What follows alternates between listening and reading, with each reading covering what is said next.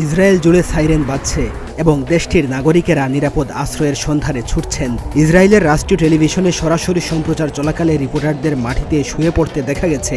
ইসরায়েলকে লক্ষ্য করে ক্ষেপণাস্ত্র হামলা চালাচ্ছে ইরান। ইসরায়েলের সেনাবাহিনী আজ এক বিবৃতিতে এ তথ্য জানিয়েছে।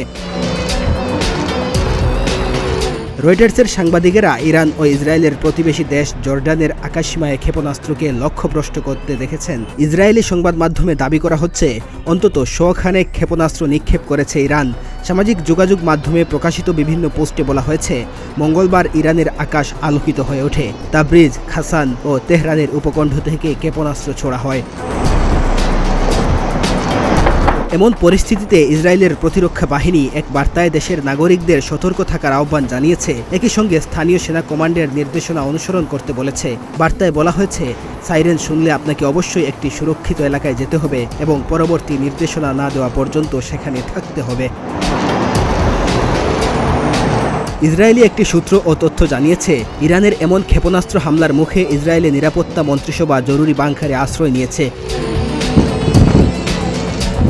তেল আবিবকে লক্ষ্য করে ইরান থেকে বড় ধরনের ব্যালিস্টিক ক্ষেপণাস্ত্র হামলা চালানো হতে পারে এমন আশঙ্কায় ইসরায়েলি সেনাবাহিনীর পক্ষ থেকে হামলার সময় নাগরিকদের নিরাপদ কক্ষে অবস্থান করতে বলা হয়। গত সপ্তাহে লেবাননে ইসরায়েলের বোমা হামলায় ইরান সমর্থিত সশস্ত্র গোষ্ঠী হিজবুল্লাহর প্রধান হাসান নাসরুল্লাহ নিহত হওয়ার পর এর বদলা নেওয়ার ঘোষণা দিয়েছিল তেহরান। সেই হুমকির পর এবার তেল আবিবের দিকে ছুটে গেল ইরানের শতাধিক মিসাইল। ইসরায়েলি বাহিনী আজ লেবাননে সীমিত পরিসরে স্থল অভিযান শুরু করে। আর এই অভিযান শুরু করার পর তেল আবিব লক্ষ্য করে ক্ষেপণাস্ত্র ছুড়ল ইরান। প্রায় 1 বছর ধরে ফিলিস্তিনের গাজায় হামলা চালায় ইসরায়েল। তাদের নির্বিচার বোমা হামলায় গাজায় 40,000-এর বেশি মানুষ নিহত হয়েছে। ওই যুদ্ধ শুরু হওয়ার পর আজ লেবাননে ইসরায়েলের স্থল অভিযান শুরুর মধ্য দিয়ে মধ্যপ্রাচ্যের সংঘাত নতুন মাত্রা নিয়েছে। এদিকে জাতিসংঘে ইরানের স্থায়ী মিশনের পক্ষ থেকে বলা হয়, ইসরায়েলকে তেহরানের সমুচিত জবাব দেওয়া হয়ে গেছে।